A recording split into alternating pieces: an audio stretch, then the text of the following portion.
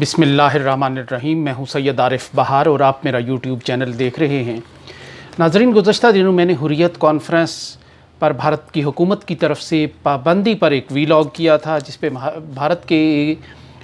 دوستوں نے مختلف انداز سے اپنا رد عمل ظاہر کیا، لیکن ایک رد عمل جو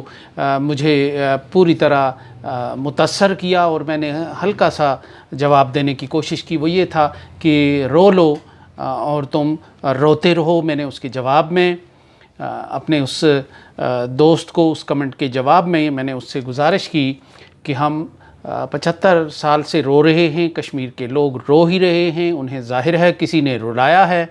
لیکن ان دنوں جو میڈیا بتا رہا ہے بھارت کا،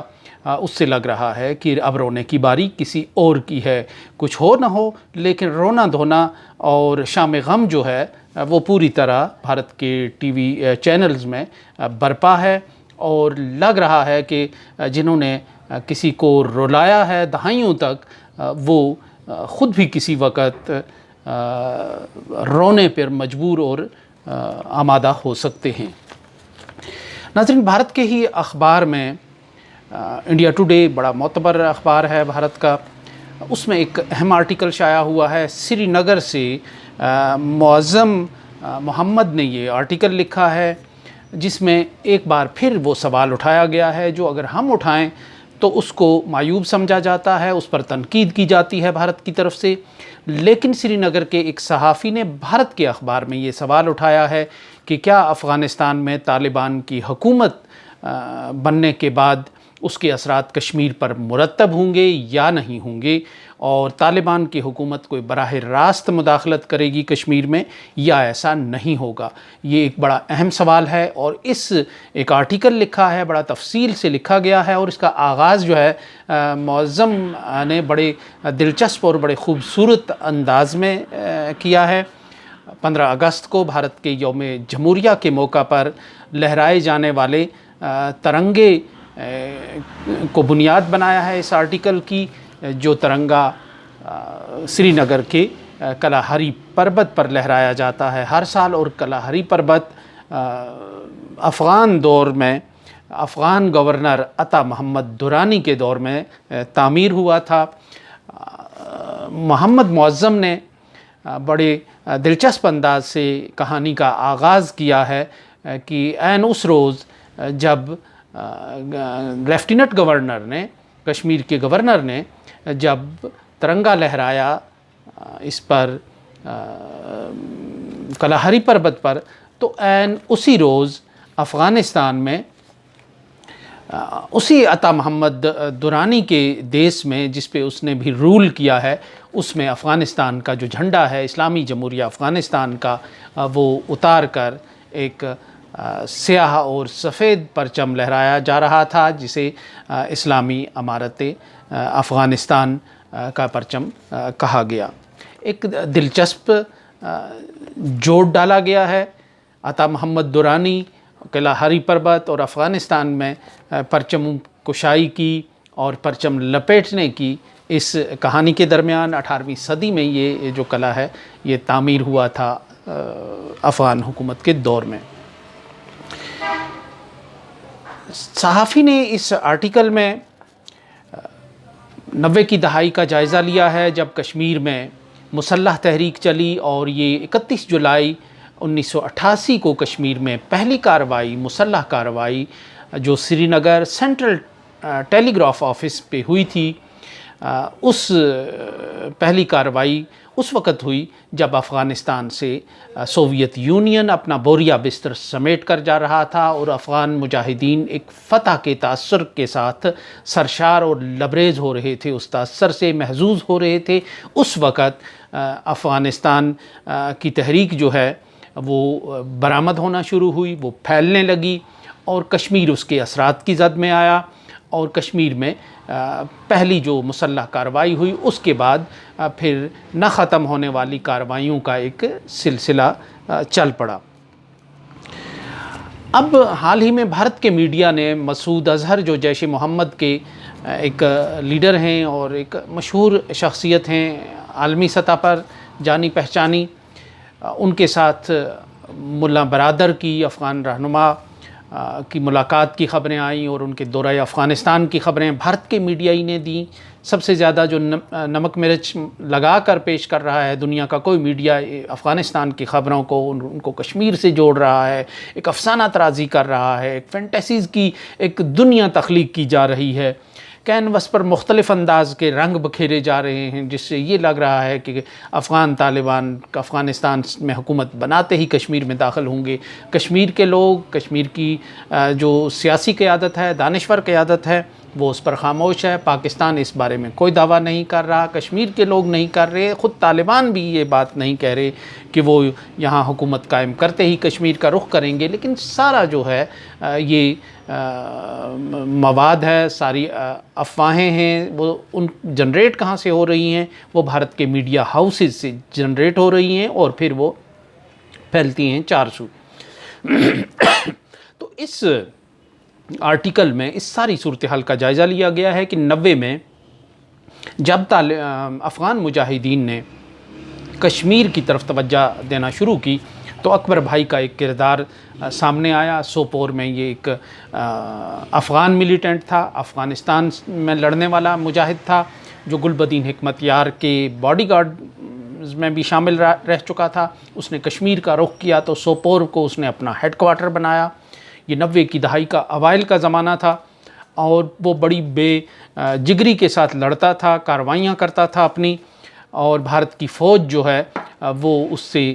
کانپتی تھی اور وہ سوپور کے ٹاؤن میں محاصرہ توڑ کر داخل ہونے کی جرت نہیں کر سکتی تھی. وہ 1991 سے 93 تک بہت سرگرم رہا اور جب اسے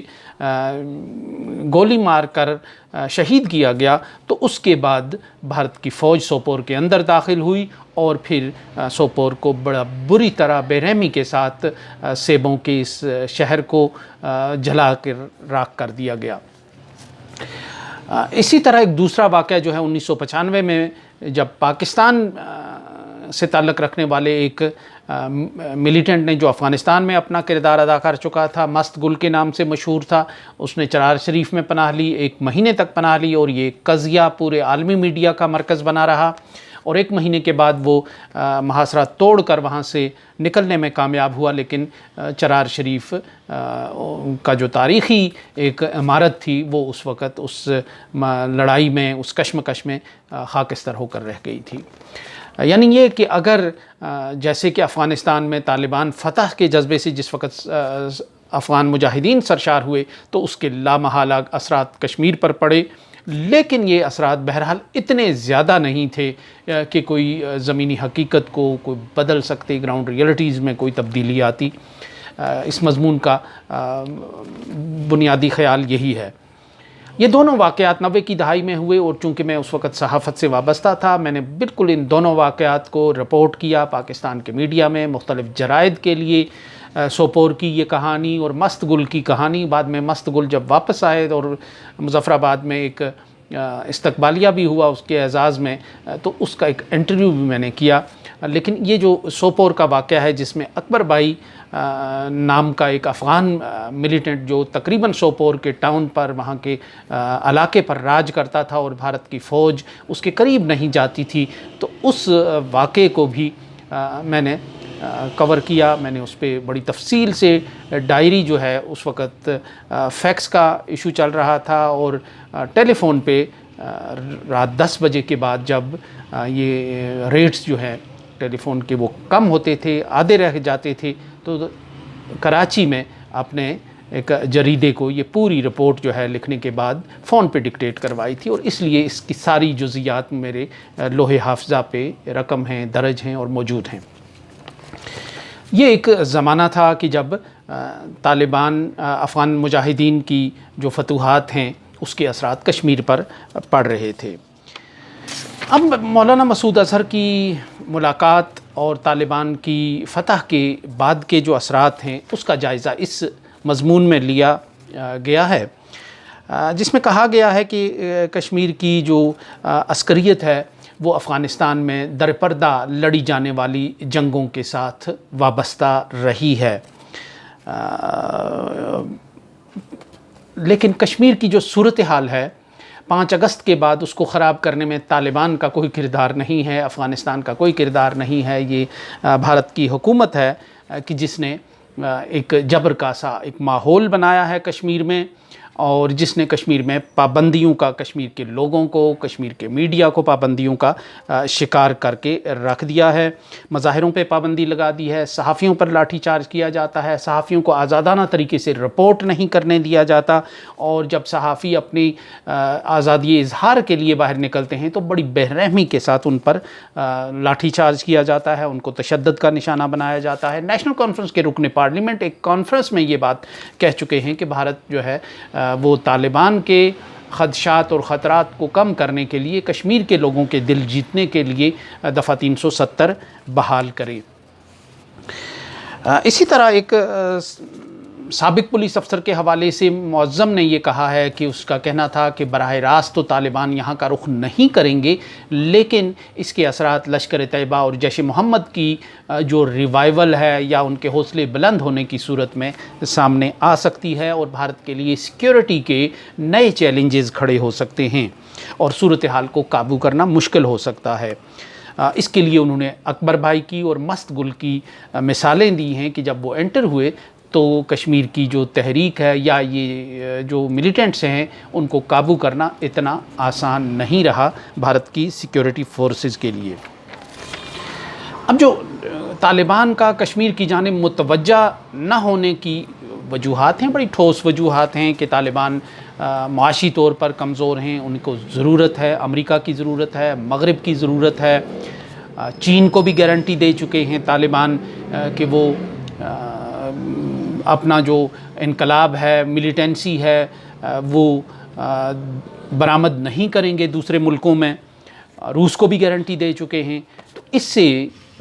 جو وہاں جن لوگوں سے بات کی ہے معظم نے اس مضمون میں، جن کے حوالے دیے گئے ہیں، وہ یک گونا اطمینان محسوس کر رہے ہیں کہ ان مشکلات کی صورت میں طالبان براہ راست کشمیر میں کوئی براہ راست مداخلت نہیں کریں گے۔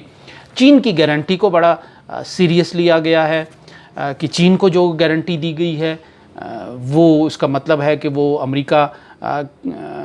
جب ان پہ پابندیاں لگائے گا معاشی یا لگا چکا ہے، ان کے فنڈز منجمد کر چکا ہے، تو ایسے میں چین جو ہے اس پہ ان کا معاشی انحصار بڑھ جائے گا، اور چین کی کو یہ گارنٹی وہ دے چکے ہیں کہ وہ اپنی ملیٹنسی، اپنی عسکریت جو ہے وہ برآمد نہیں کر رہے۔ تو یہ بڑی دلچسپ صورتحال ہے کہ یہاں چین کی گارنٹیز پہ